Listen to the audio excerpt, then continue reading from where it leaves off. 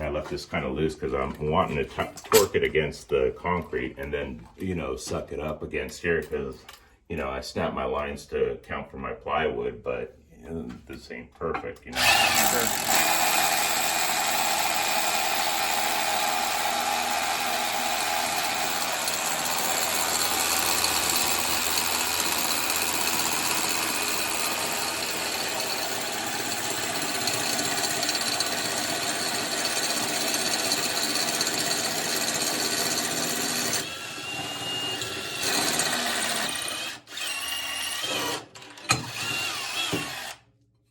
Some sport, you know, it's getting too much spoiled. That happens on a corded one too, so it's not the battery. If you let too much build up, it won't, you know, evacuate it quick enough. So I like to do one set it, because if you drill this one and you get any wobble, then the hole won't be in the correct it won't be in the correct location. You know, once you set this, if you don't set this one first, since we drilled it like that. So I like to do them one at a time. Some guys will just come in here and fire off all the holes, but that could set, you know, one of the holes at an angle. So I don't like to do that. So yeah, I think we're at full depth. Do one more clean out hole just like that. And it's gonna be, here's where we might get a little bit of dust, just due to the fact that I'm gonna use the wand here. And I don't know if I have this. I could plug in the vacuum. Throw a quick cord on here just so we don't get too much dust going on down. Do you play music down here while you work? What? Do you play music down here while you work? On my headphones. Yeah, on my headphones. Nobody comes down here to see me, so I kind of am, you know. The power is minimal. I don't even think there would have been a way to resolve that. I gotta watch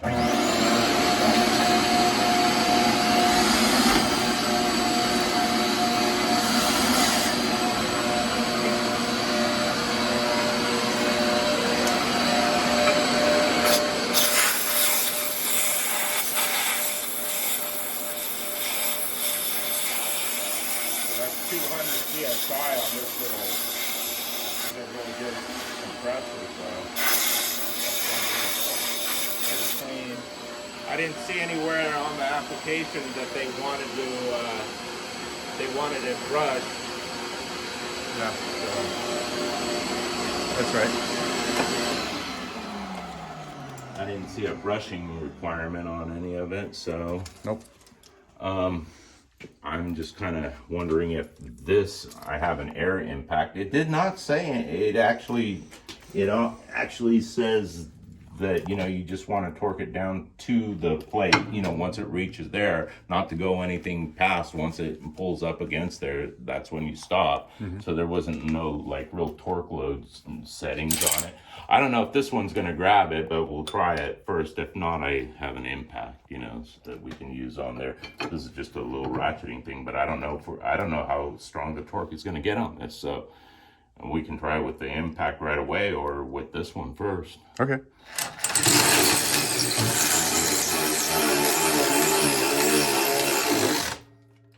That looked great. Huh? That's the deal, man. That's it. That's what you want to say? Yep. That's it. And they said just torque it down to the plate and nothing beyond that. And I mean, I think the ways to go wrong on this would be to drill the hole too big, or screw up a hole and then try to use it after it's screwed up, or you install the thing and it's sticking out half an inch, clearly didn't go in all the way, or yeah. There was some talk about reusing these multiple times. That there is and I was reading a little bit about Simpson, how it does have like a cutting edge that the actual thread seats into. So once you use them multiple times, that, I guess that's just some kind of, it has like a tracer edge, that allows it to work the way it does. And, I've used very little of these, but that, I'm real confident about that. I know, That right? felt really good. It just feels right, doesn't it? You can feels tell like- when yeah. it's done. Yeah, it's a done deal. Yeah, it's a done deal. That's not going anywhere. So Yeah. that's what we got going on here. Installing the bolts is a lot more fun than drilling the hole, isn't it?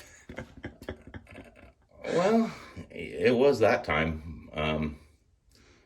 I've done wedge anchor systems, where wedge anchors where, the concrete is, not sufficient enough to even hold the wedge, and when you drive the anchor down in there and it wedges itself in there and then you go to tighten it up and it still lifts the bolt out because it won't grab onto it. I wonder why that would happen. When concrete gets bad, when good concrete goes bad and it just doesn't have a good biting edge to where it pulls on it. But I mean, I think this concrete's probably, very little cracking. So amongst, a lot of the things that we see in this house, so I think this is one of the most secure locations, to be able to anchor into. I mean, You kick it, your foot just goes right through, dirt comes flying. I mean, Like nobody saw that. Shh. Sack patch that up. Sack and patch, Why are these screws here? And I was trying. I think I was trying the driving of my the driver on my new. So here's another new tool that I just. So every year they reinvent these. This thing, my old one was at least this long.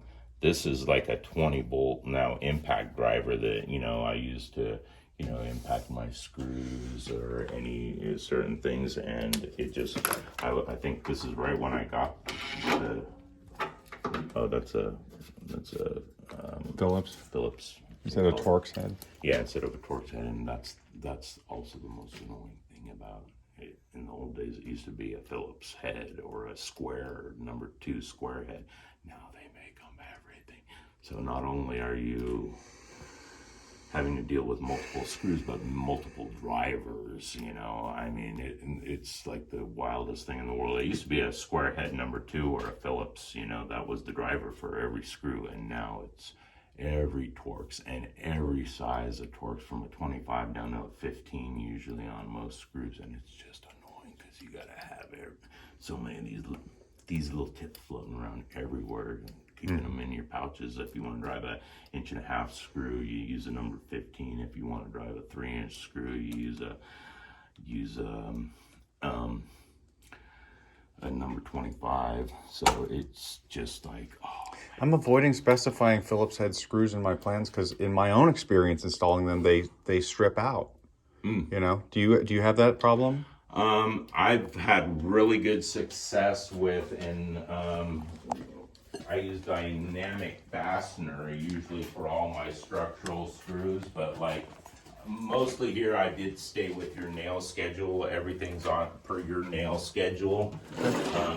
The correct diameter of, nail and stuff like that. But like these I just had to pick up real quick, but it's a multi purpose screws. But if you look on the back, or if you take a shot of that, they are actually spec'd, they are like a actual shear, and they have a torque, they are for exactly what this is. And that's only on applications where I couldn't swing a hammer. If I got into a bind where I couldn't swing a hammer, or I couldn't drive a nail with a nail gun, so there is a couple blocking locations that you can check that out. Oh, I've been using them. I like them.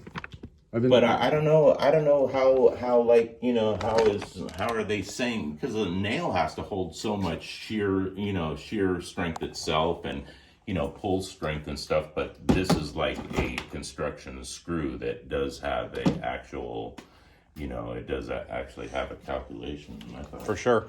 Do you think it would be a good thing for structural plans to have a substitution schedule for fasteners? Screws, I mean, if you're doing small framing, if I'm framing a wall like this, I'm not going to bust out these nail guns and everything like that. The screws nowadays, I mean, I frame I frame pretty, you know, like kitchen remodels and stuff with, you know, structural screws. Do you pre-drill? That's what I find in most of these, you know, on nail applications. If you hit a piece of dry wood, it's gonna, you know, it's gonna split, like if you use too big of a toenail or anything like that, you know, when you're driving into a stud. You know, and they don't like to see that. So then, you know, like I've been on school jobs where they go, nope, you're gonna have to pre-drill every toenail, like for a stud, you know, going, you know, if you're toenailing into a stud onto a plate line and they see a split underneath there. I've had it to where they want you to pre-drill all the holes for the, I've had it, yeah, on schools and stuff like that. They don't want to see that. But these screws, they're like a they have like this, you know, self-drilling auger notch that nowadays acts as like a drill bit. It